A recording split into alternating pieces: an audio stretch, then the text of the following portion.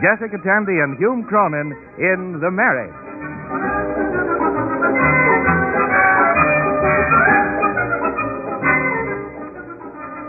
With the conviction that marriage remains the most popular domestic arrangement between friendly people, NBC takes pleasure in presenting one of the most distinguished couples of the American theater, Jessica Tandy and Hume Cronyn, transcribed as Liz and Ben Marriott in the love and laughter of The Marriage.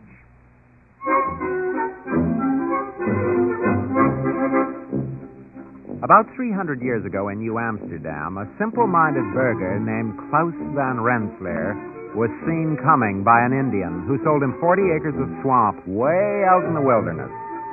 Mynheer Klaus eventually swapped it to a tavern keeper for a pint of Holland's gin.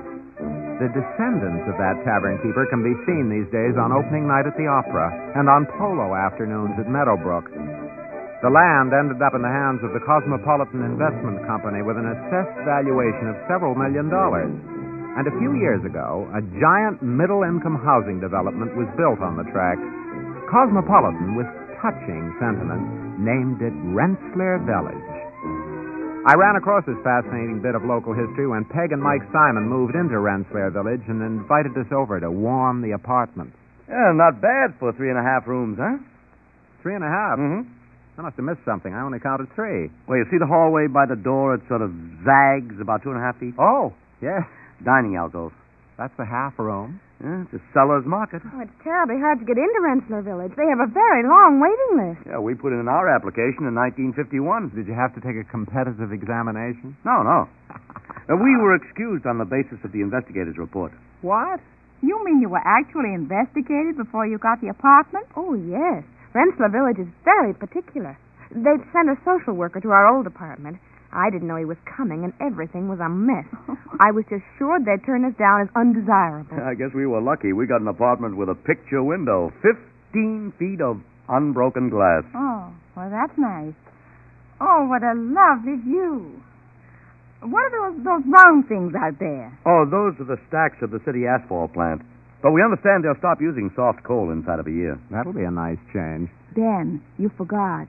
What? Well, you know. Oh, yes. Mike, Peg, we brought you a little something for the new domicile. I left it out here. Oh, you shouldn't have. What is it? Here. Open it, see. It's so big. Oh, Mike, it's a picture. It's a bridal print imported from France. Oh, I think the frame is awfully appropriate. Don't you? It's lovely. Oh, don't you like it? We can exchange it. Oh, no, I love it. It's beautiful. Oh, Mike, I could cry. Maybe there's a loophole, Peg. It's at least 14 inches over. Hey, what is this? Oh, Ben, it's lovely, but we just can't hang it. It's too big. Don't worry about that. I brought a special nail and a hook, guaranteed for £100. All we need is a hammer. No, it's too big. No use, Ben. It's against the code. What code? The Rensselaer Village Code. It's part of the lease. It's in the book here somewhere. Oh. No nails, screws, bolts, or pegs may be attached, fastened, or otherwise appended to walls, doors, or ceilings. They left out the floors. Oh, that's in another section. Pictures under 33 inches in length may be hung with adhesive by special permission of the section superintendent. Look, Mike, suppose we just hang the thing up. Who'll know? Oh, no, they inspect. Well, if somebody kicks, take it down. But an unauthorized hanging is 12 demerits. Demerits, Peg? You joined the campfire girl. It's not funny, Liz. 50 demerits and they evict you. They count, not for hanging pictures. It's in the lease. There was a test case. Cosmopolitan Investments versus McDonough. The appellate division held the landlord had the right to enforce the code. McDonough didn't appeal. Why not? And he got fed up and bought a house in Great Neck. Is that whole book filled with regulations? Just about. Oh. You're kidding, aren't you? Oh, no. They leave printed demerit slips. We've just been in for a week, and we've already got 3 demerits. What for? Disorganized garbage. Not really, Peg. Oh, I'm shocked to think that your garbage was... Oh, I'm sorry. Well, it isn't funny. We waited so long for this apartment. What else is in the statute, Mike? Unauthorized paint, 6 demerits. Overflowing bathtub, 4 demerits and costs. Tricycles in the elevators, 2 demerits. Mike, that's awful. Where do you park your tricycle? And that's not all. Playing musical instruments after 10 o'clock, strings and woodwinds, 2 demerits. Brass, 3. Percussion, 6. I wonder what they'd do if you brought in a pipe organ. I suppose they'd throw the book at you for loud radios. Oh, no. They just turn it down. They turn it down. They actually have the gall to come into your apartment? Oh, they don't have to come in. They have the volume controls in the basement. On your radio? Oh, yes. The whole house is wired. Peg, would they seriously evict anybody for all these silly things? Oh, yes. The people who had the apartment before us were evicted. Oh, it was very sad. They had a little boy, and they kept getting turned in for roller skating in the hall. I think this is terrible. Mike, it was practically feudal. The only thing Cosmopolitan Investment isn't demanding is droit de seigneur. Better check it. It might be in small type. Mike, do you think that you can really live under this kind of Napoleonic code? You get used to it, Ben. After all, it doesn't really hurt to organize your garbage. Of course not, but that's something you should want to do voluntarily. Oh, can't we get this on a slightly higher plane than disorganized garbage? Oh, it is a little overpowering. But what can we do? They do have that waiting list. Let me see that book, Mike. Oh, here. Oh, it does seem a little confining, doesn't it?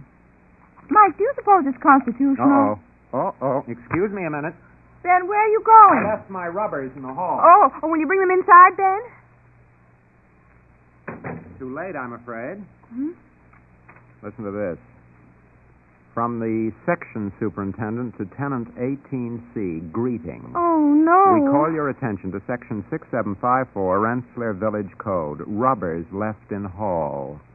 4 demerits.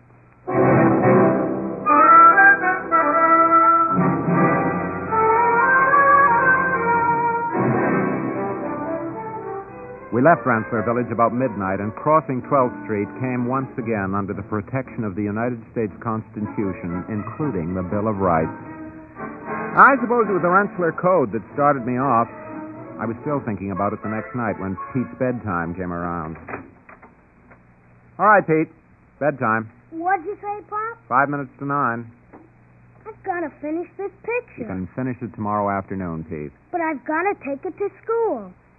You mean it's part of your homework? Yeah. A painting? Hey, that's interesting. Huh. What is it? Abraham Lincoln. Don't you approve of Mr. Lincoln? Oh, he's all right. I'm sure he'll rest better now. Come on, Pete. Clean up the brushes. But I've got to finish. Jacoby said I have to bring it in tomorrow. Jacoby? Mrs. Jacoby, the art teacher. Well, you should have started it earlier. I've got to finish the beard.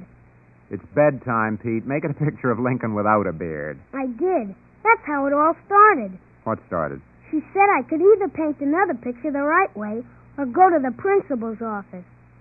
Wait a minute. You mean that's a punishment? I guess so. What did you do? Nothing. It must have been something. Come on now, Pete. I just painted a picture of Lincoln without a beard. That's all. Well, what's wrong with that?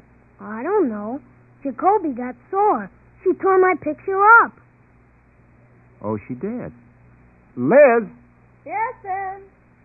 Tell me just what happened, Pete. Ready for good night, Pete? Oh, Ben, he isn't even undressed. Wait a minute. Go ahead, Pete. Tell us what happened. Well, we had this special art class. With a Mrs. Jacoby. Go ahead. All the kids were supposed to draw a picture of Abraham Lincoln. And she picked on me. Because you drew Lincoln without a beard? Well, why did you do that, dear? I don't know. I just felt like it. She tore my picture up right in front of the whole class. Oh, Ben. It wasn't that bad. Lots of kids draw worse. She gave him this assignment for punishment, to draw the picture her way. I gave him a beard, all right. Down to here. Well, I suppose that finished that. Now, wait a minute, Liz. Why shouldn't Lincoln be drawn without a beard? He wasn't born with a beard. Ben, I think we should discuss this later. Start undressing, I please. distinctly remember Raymond Massey in Abe Lincoln in Illinois. He didn't wear a beard till the last scene. Ben, later. Huh? Oh. Oh, all right. I don't think it was fair to tear my picture Pete, up. you're absolutely right. Ben.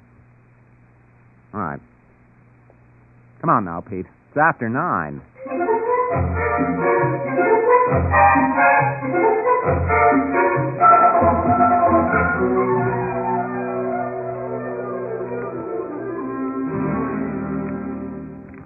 are you doing? Research. What do you mean? Here. Carl Sandburg's Lincoln, The Prairie Years. Photograph after photograph. Lincoln and Billy Herndon, Lincoln and Mary Todd, Lincoln and Stephen A. Douglas. No beard. Ben, that's silly. I just want this case to rest on documentation, that's all. What case? Liz, do you realize what that art class is like? They might as well pass out one drawing and everybody trace it. They do. Pete brought home some tracings yesterday. He did. You see? What kind of individuality can come out of that? Pete managed to introduce a variation or No, two. I'm serious. 36 little robots in a row drawing the same beard. They'll all grow up and live in Rensselaer Village under the code. Ben, don't get upset. You know as well as I do, there are a lot of weak spots in Pete's Liz, school. I'm not going to let Pete be victimized. Victimized? All he had to do was paint another Lincoln with a beard. He's done it already. Well, I'm not going to let this go by without a protest. Well, there's a great deal of protest in that beard Pete painted. What? It's aquamarine with red highlights, and it's 1.5 feet long. Oh, that's too subtle. Subtle. Aquamarine and red? I mean, as a protest. Ben, I feel the same way you do about individuality. But there isn't much you can do in this case. Well, there must be something. People live through it. Now, Ben, forget it. There isn't anything you can do. I'll think of something.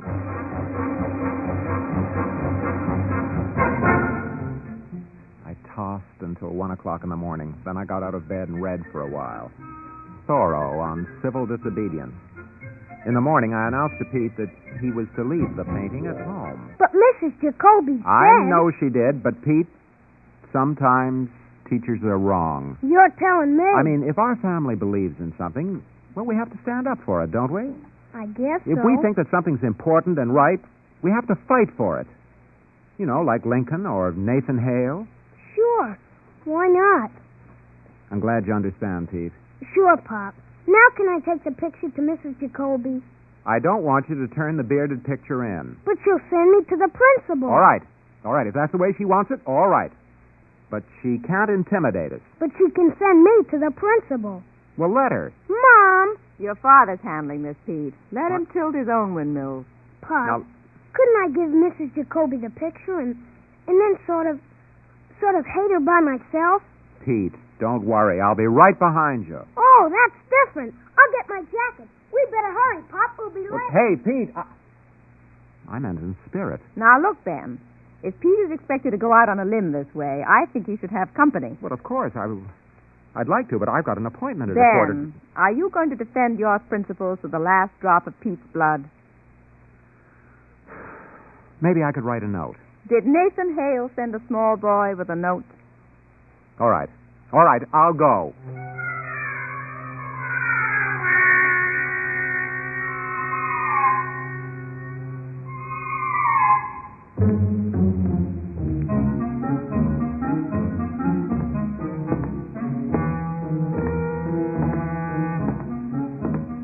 Who are you going to tell off first, Pop?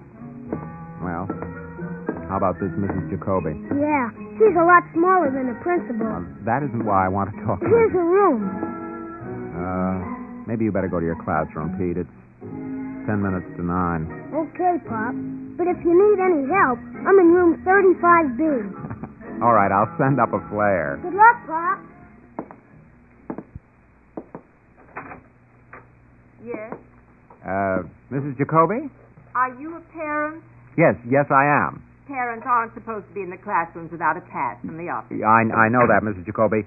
I thought I could just speak to you informally without going through the office. Well, I do have a few minutes before 9. I'll have to get my materials ready, though. Thank you very much. I'm Mr. Marriott. Mm-hmm. Do you mind setting out these crayons? One box on each desk. Well, I want to At have the a upper word. right corner, please. Oh, all right. Now, what was it you wanted to see me about, Mr. Marriott. Oh, yes. Peter Marriott, 5th grade? That's right. Upper right corner, Mr. Marriott. Oh, sorry. You see, Pete came home last night and told me that... I beg your pardon? Pete told me there was a little trouble in the art class. Oh, yes. Well, I'm sure it'll smooth over. You needn't worry, Mr. Marriott. But I'm concerned, Mrs. Jacoby. You see, Oh, on the opposite corner on that back desk. What? Conchetta Raffello is left-handed. This right? Left? Just fine. You see, Pete said he drew Lincoln without a beard. Oh, yes. Well, he'll bring it in right, and then everything will be fine. That's just it, Mrs. Jacoby. What's the use of an art class if they have to turn out a uniform product like machines? Why shouldn't Lincoln be drawn without a beard? Mr. Marriott, would you please... Well, I've finished the crayon. I know, but as long as you're standing here, would you mind knocking out these erasers? Mrs. Jacoby, I would Would like you mind, really? Would I? All right. Now, Mrs. Jacoby... Mm-hmm, that's right. Usually I have a monitor do it, but he has the mumps. Pete told me that you disciplined him for just drawing that picture without the beard. That you tore his drawing up in front of the class, and that you threatened him with the principal. Did he tell you he refused to follow my directions? That he threw his crayons down on the floor and was defiant and insolent? Well, no. No, he didn't. They usually don't. That's when I disciplined him. I suppose I should have brought him right down to Dr. Carnahan, but Pete is usually a fine, cooperative child, so I just gave him the extra assignment instead. He was insolent? But I had the impression that you had asked him... Of course, I understand. Now, don't worry, Mr. Marriott. I'm prepared to forget the whole affair. That's very nice of you, Mrs. Jacoby. We're both interested in the child's welfare. Oh, you'll have to go now, Mr. Marriott. The children will be in a minute. All right. I appreciate everything, Mrs. Jacoby. Don't mention it. Oh, Mr. Marriott. Yes? Just use a vacuum cleaner attachment on your suit. The chalk dust comes right off.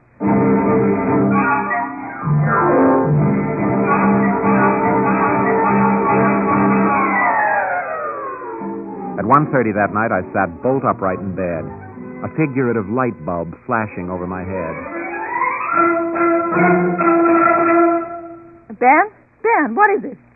What's it got to do with a beard? Well, what beard? Lincoln's beard. Oh, Ben, please, go to sleep. I just realized, Liz, even if Pete was out of line, that doesn't make Mrs. Jacoby's case any righter. Ben, let Pete hand in the picture. No. Now, Liz, there's something important at stake here, something fine and strong and Curly? I'm serious. I'm going to take this to the principal.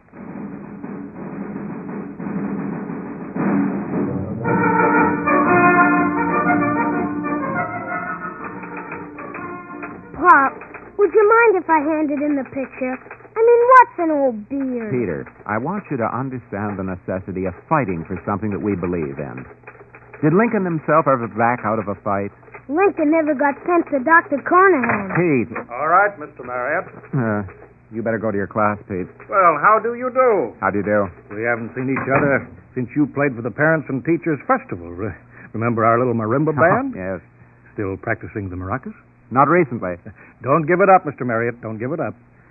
How I wished my mother had made me practice when I was a boy. On the maracas? I played the mandolin. Oh. Dr. Carnahan, I want to talk to you about my son's art class. Oh, yes, when you called, I had a little talk with Mrs. Jacoby. You'll find me completely filled in. Now, I understand the necessity of maintaining discipline in the classroom, but... You know, I think you do. Mr. Marriott, my teachers have an increasingly difficult time maintaining discipline. This is not an easy school, Mr. Marriott. Last year, a 6th grade teacher had to call in a physical training man to subdue a 14-year-old boy with a 4-inch knife. Shocking and tragic. Well, it certainly is. Well, that isn't exactly the case. Of course here. not. I'm sure your son doesn't carry a knife, Mr. Marriott. Not that I know of. Check, Mr. Marriott. Check into it. Oh. All right, I will. Dr. Carnahan, about this art class, I'm concerned with a whole theory. You see, I feel a child has a right to draw Lincoln without a beard. Is that what this is all about? Mr. Marriott. Well, it isn't just the beard. It's the whole concept. Concept? Well, does the boy have some psychological reaction to beards? Excessive fear, Well, it perhaps? isn't really his reaction. It's mine. Oh, yes, I see. Well, Mr. Marriott, I don't see how the school can be involved in this. I'm sorry if you have this problem, but I'm sure if you remain clean-shaven yourself, it shouldn't affect you too Well, much. I have no objection to beards. I can take beards or let them alone. Yes, well, why don't you then? It's just that I told Pete not to hand in the other picture as a matter of principle. Now, just a moment, Mr. Marriott. Mrs. Jacoby told me the boy handed in the assignment this morning. Oh. He did? Oh, yes. As far as we're concerned, the incident is closed. But Well, now, if you don't mind, I have to see several other people here, so I... Oh, of course. I didn't know. It's been pleasant anyway, Mr. Marriott. Goodbye, sir. Goodbye, Dr. Cronyn. And, Mr. Marriott, you keep up on the maracas.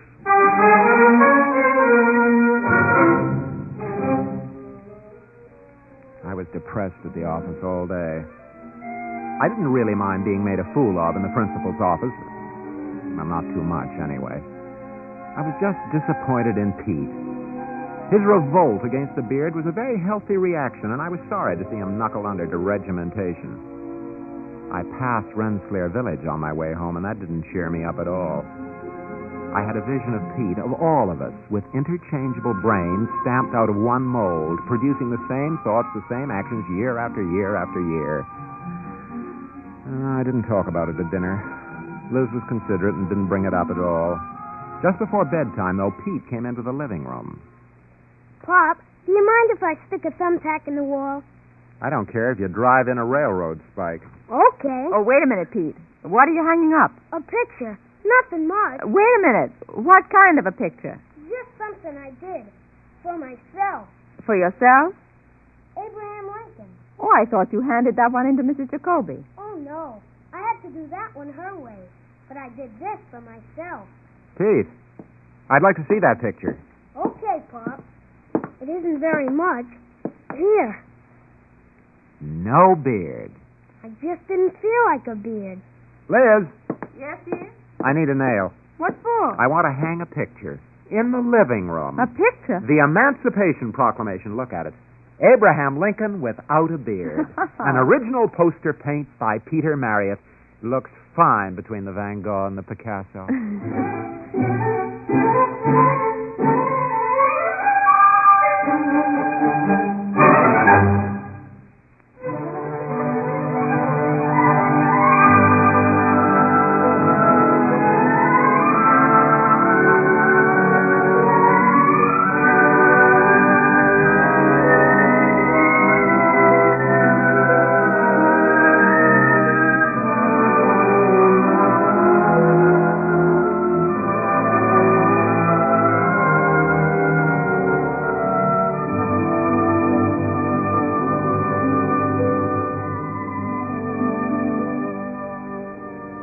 Ben and Liz Marriott will be back in a moment.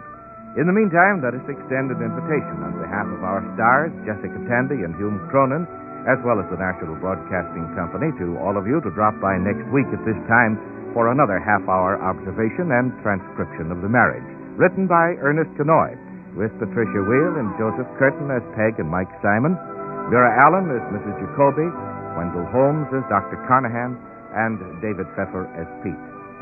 Miss Tandy and Mr. Cronyn wish to extend warm thanks to all of you who have written telling your reactions to The Marriage. Your letters are most welcome, for they let us know if you are interested in hearing more from Liz and Ben Marriott.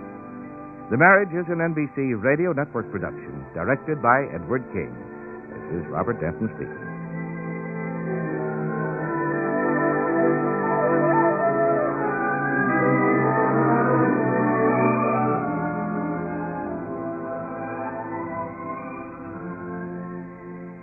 Liz, I know what we can do with Pete's picture when it begins to pall. What? Send it on loan to Mike and Peg at Rensselaer Village. They can hang that one up with adhesive tape. Good night, Ben. Good night, darling. James Stewart stars in The Six Shooter following the news on the NBC Radio Network.